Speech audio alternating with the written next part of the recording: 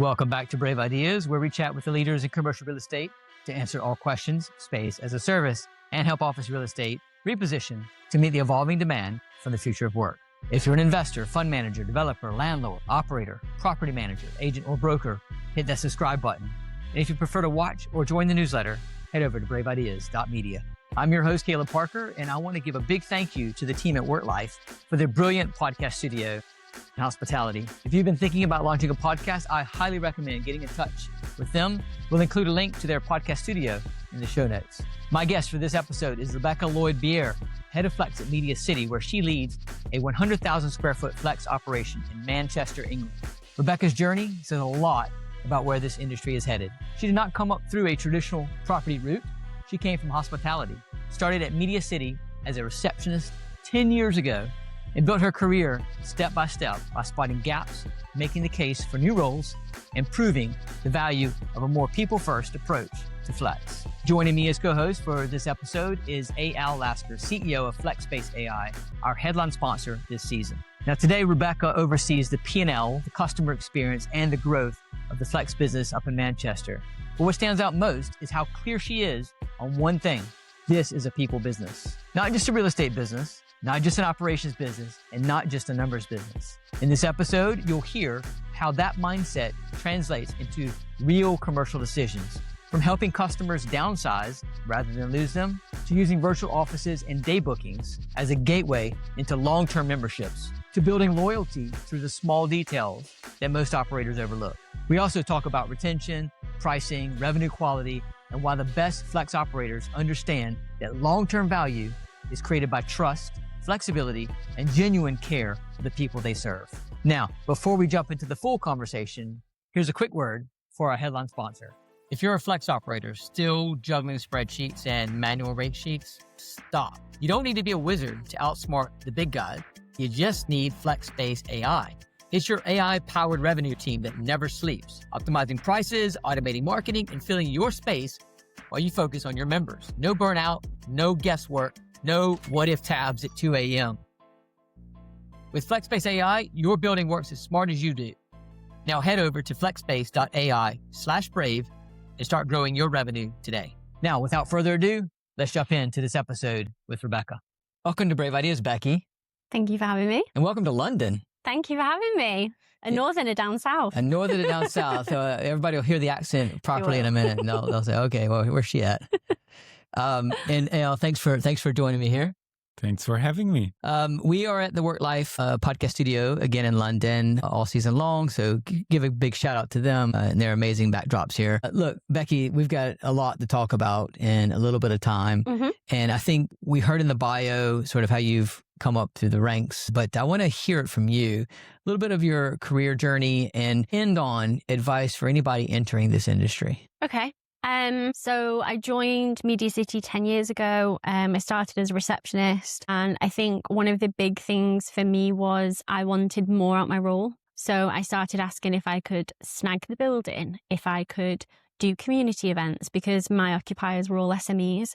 And at the time, we focused heavily on the larger businesses. We did a major occupier forum, but we didn't do small SME forum for our occupiers. So what I really wanted to do was focus on that and get that started. So I started doing it on my lunch breaks. And then from there, I think it was identified then that maybe we do need to look at our SMEs a little bit more. So then I took on the role of community manager.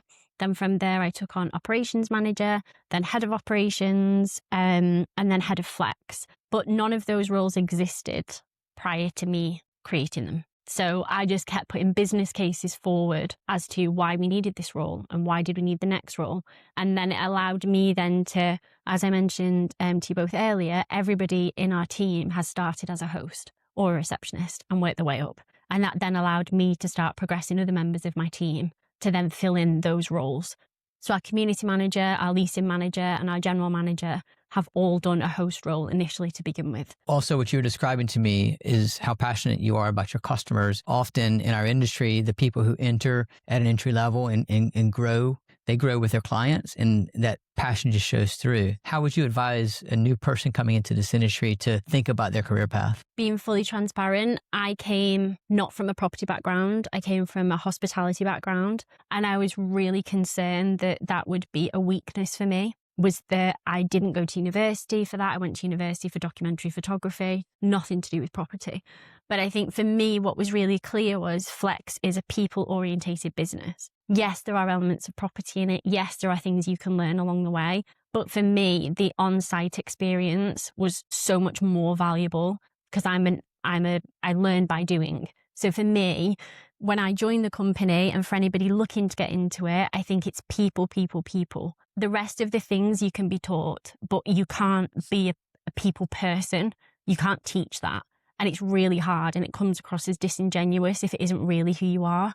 But I think if you really love people, you care about people, you're friendly, you enjoy doing things with people, they are the basic skills I think you need for Flex. The rest of it, you can be taught any of those things. I had great mentors who I would hound to teach me something, like snagging a building. I was like, teach me this. How do I snag this? And I remember one of our asset managers, when I was on reception, said, can you count the floor boxes? I didn't know what a floor box was. So I counted the floor tiles. And I said, there's 250. And she said, it can't be 250. I said, I've counted 3 times. She said, no, you've counted the tiles on the floor. I want the floor boxes. And I said, I don't know what that is. She said, it's where the plugs are. And I said, oh, there's like 20. And I'd spent ages counting, but I was desperate to learn. And I'd shadow people in meetings, and people would use abbreviations of things that I didn't know what they meant. So I'd take notes in those meetings. And at the time, my director said, you write a lot of stuff down. And I said, oh no, these are words. I don't know what they mean. I'll just go away and Google them. Or can you explain them? And then he was like, okay. And I think because I showed I was so eager to learn, they then kind of appeased me by teaching me these things. And I think for me, if you're joining as brand new, it's the people that's the key, because that's where you're starting. And once you have people bought into you, be that directors or occupiers or the wider team, once they're bought into you, you add so much value to the business then. 10-year journey, you've come a long ways. You now head of Flex, you oversee the P&L of 100,000 square foot Flex operation in Manchester, and you still have a passion for your customers. You were telling me a story earlier how when there's limited churn, but when there is churn, you get offended and you want to go talk to that person. Me. Don't break my heart and leave me. No, I think for me, again, it comes back to people. I feel really strongly about knowing each occupier and understanding how they work. And I don't know if people have done DISC training, but again, it's learning, okay, what do they value? What information do they need that will resonate with them? And how can I resonate with them? And I think a lot of people historically, I think in property, have dismissed having a high EQ or any value in EQ. But I think for me, it's one of the most valuable skills you can have.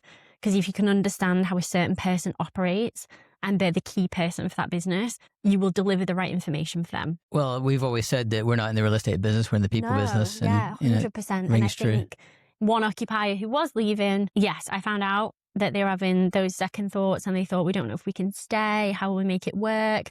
So I went and knocked on the door and I said, what is this rumor that cannot be true, that you're going to break my heart? No. And I said, come and get a coffee with me now. Tell me what it is that you actually need. And they did. And they ended up staying and it worked out. And I said, just talk to me. Like, tell me how we can make this work. You know, there's always a way. We just have to try and find it. I think we're going to probably dip in and out of that topic around people a lot in this conversation. I want to move into more practical stuff. You are responsible for the P&L of the business, and you've got to get into the weeds on the numbers. Yeah. You've got to make sure that the pricing's right. If there is churn, how do you backfill it? So can we dive into some of that for a moment? If you're looking across your KPIs, which one of these would you sacrifice to make sure the others are achieving what they need to? Okay. Revenue, quality of revenue, occupancy, community.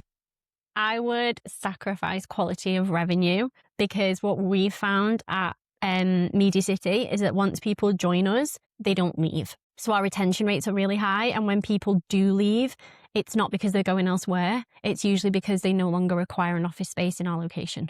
And it might be that that's the whole Manchester area, or maybe they're moving a bit more rural. But for us, it isn't that they're unhappy with being at media. So for me, that's the one I would sacrifice. I think that makes total sense. Once you acquire a customer, I know you guys have big marketing budgets, but the cost of acquisition is always high. You get somebody in to tour, you want to convert them. Mm-hmm.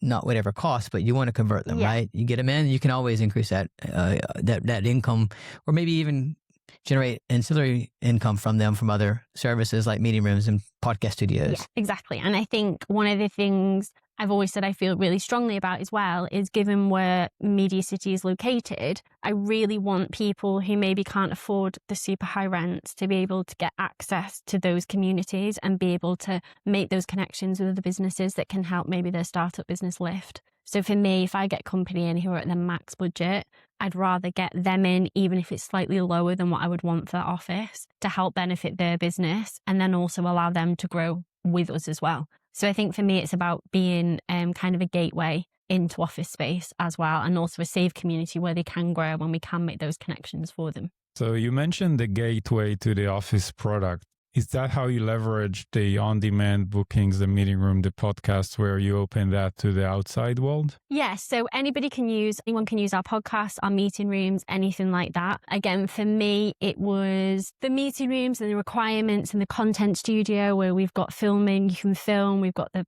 2 podcast studios. The second one's just being created. For me, they were born from occupier requirements. So we have focus groups before we do any fit outs to ensure that what we're doing is actually what people want. And then for us, it then becomes kind of word of mouth for people who've booked previously. We then reach out to them and send emails with our new marketing that's got all our new facilities.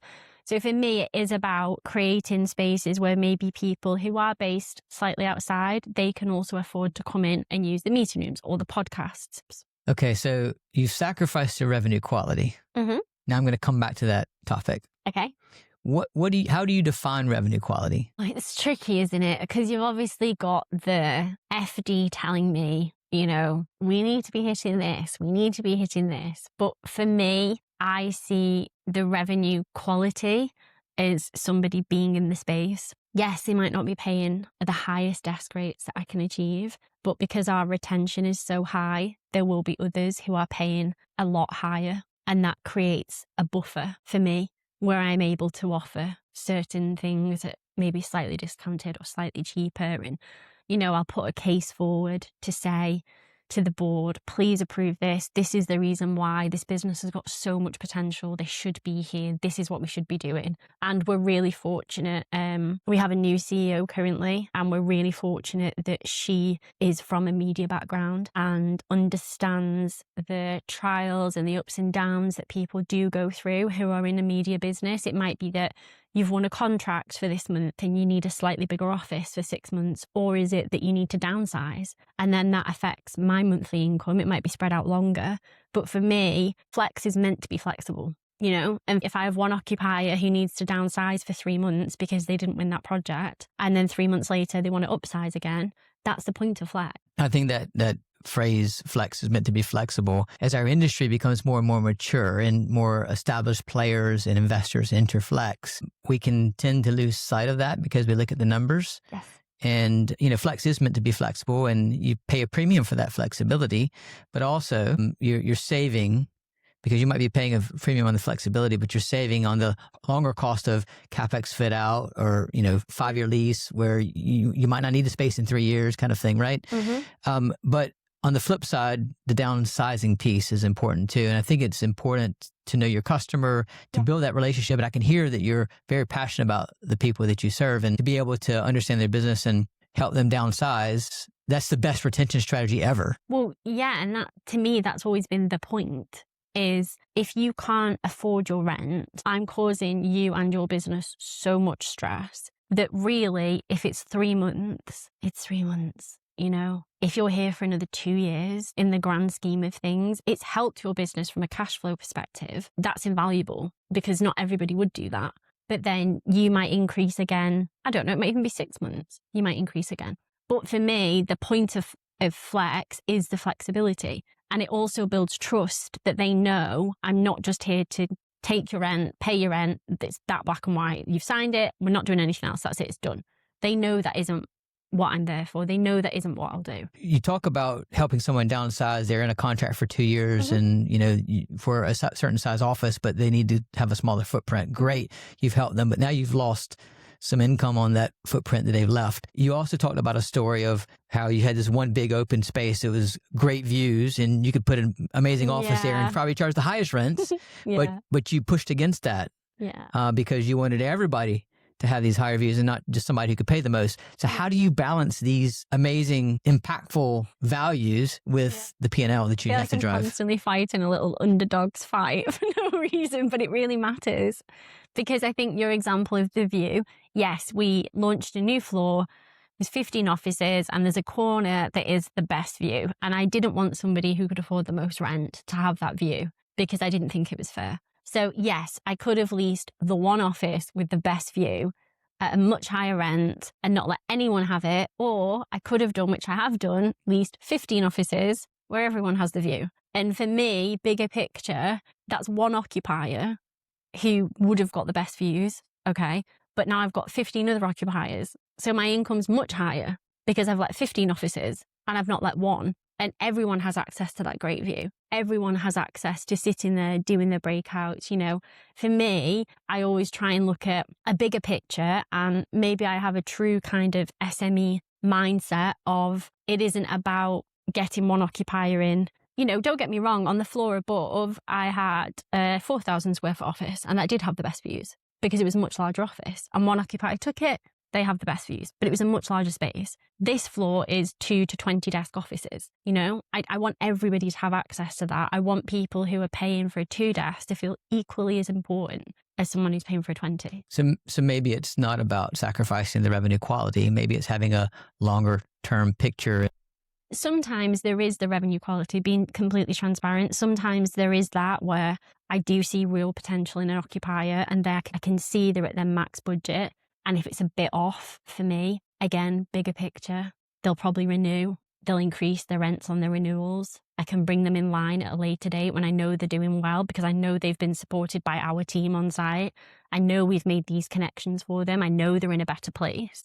What is the single KPI or the most important metric then when you think about revenue versus the longer term play here? What is the one single metric that you measure every year and you're trying to hit? Income. It's always income. We're paying void cost for spaces when they're empty. So if I get some income and it's slightly less, I'm still covering those costs. So I'm still saving us money. And I'm also building smaller businesses who maybe can't afford the actual rents I would want to charge. Maybe they're then coming to the estate and they're then growing. We offer short leases. So the minimum is supposed to be 12 months, but for some businesses, that is a lot. So I might do 12 months with a 6-month break. But for me, those 6 months have covered those void costs. So there is strategy to it. It's not just me being like, oh, I'm so nice and I'll just let them in. There is a strategy to it and it's to cover void costs. And it's also, as an add-on, they're then on the estate. They're then growing with us. They've then had an olive branch from us, a helping hand from us where the people have said no.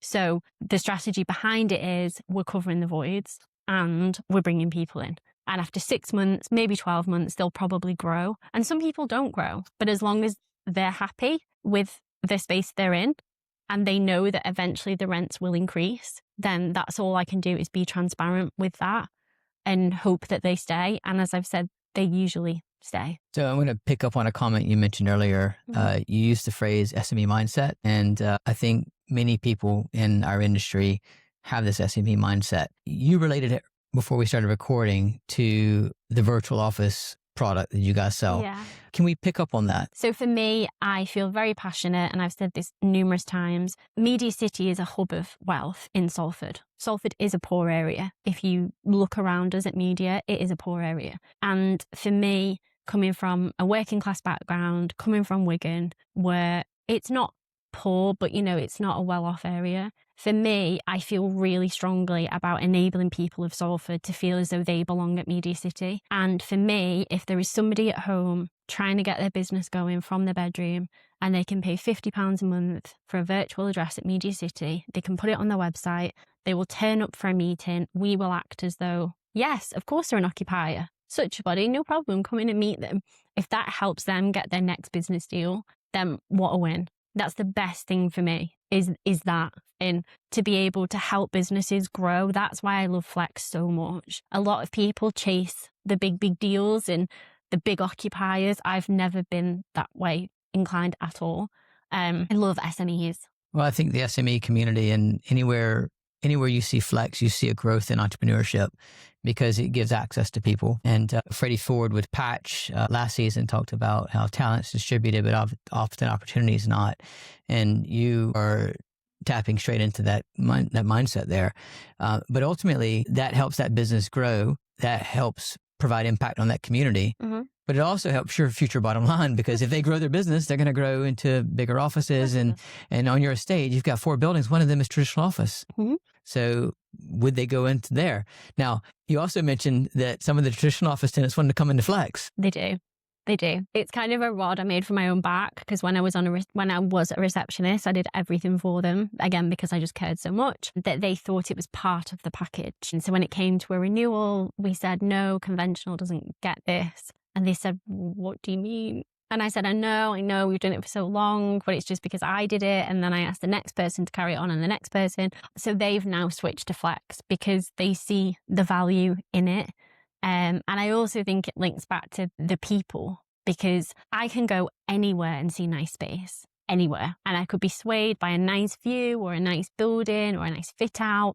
But if the people there aren't nice and I'm not bought into them as a person, you're not going to keep me at all. If they're rude, if they're not really personable, if they don't know things, you're not going to keep me. I was the type of person, if someone had a bad day and I knew they were upset, I'd have chocolate hidden in my desk so they could bob down and have a chat with me, and I'd be like, oh. See, that's true hospitality right there. And that's the detail, and that's what's important. When one of our occupiers got really sick, we sent flowers to a house. That, for me, is the detail. That's what the retention is. That's what keeps people. Is, yes, I have to hit a certain income. Yes, there are occupancy targets I have to hit, but I'm not going to do it in a soulless way that is just getting business done. I want to do it in a way where they want to be there. I want to help businesses grow. I feel so strongly about helping them grow. I feel strongly about, we do work with schools who are in disadvantaged areas, because nobody spoke to me as a child about a career in property. Nobody in my family is. My granddad was a miner. My dad's a mechanic. None of them had ever been to university. I was the first person to go to university. My granddad's really proud of my cousin who's a postman, because he doesn't understand what I do at all. He has no concept of it. I think for me, I wanted people who were in areas where maybe they weren't exposed to this to know that hospitality is a really strong background to come from. It doesn't mean you work in, I worked in Subway, Costa, everything.